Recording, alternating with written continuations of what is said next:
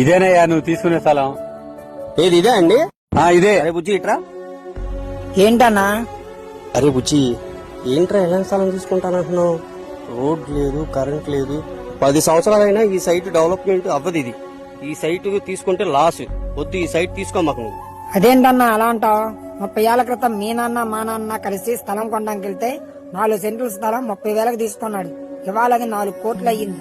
మా నాన్న డబ్బును నమ్ముకొని ఏమి కొనలేక అలాగే ఉండిపోయారు. డబ్బును నమ్ముకునే వాళ్ళు అలాగే ఉండిపోయారు. కానీ అప్పట్లో భూమిని బంగారాన్ని నమ్మే వాళ్ళు ఇవాళ బాగుపడ్డారు.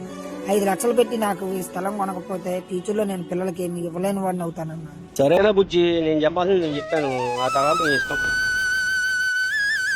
సార్ రేపు పొద్దున్న వచ్చి రిజిస్ట్రేషన్ పెట్టుకుందాం సార్. సరే అమ్మా, రేపు పొద్దున 10 కదా రిజిస్టర్ దగ్గరికి వచ్చి. Yoshita, it's not a brand, it's an emotion.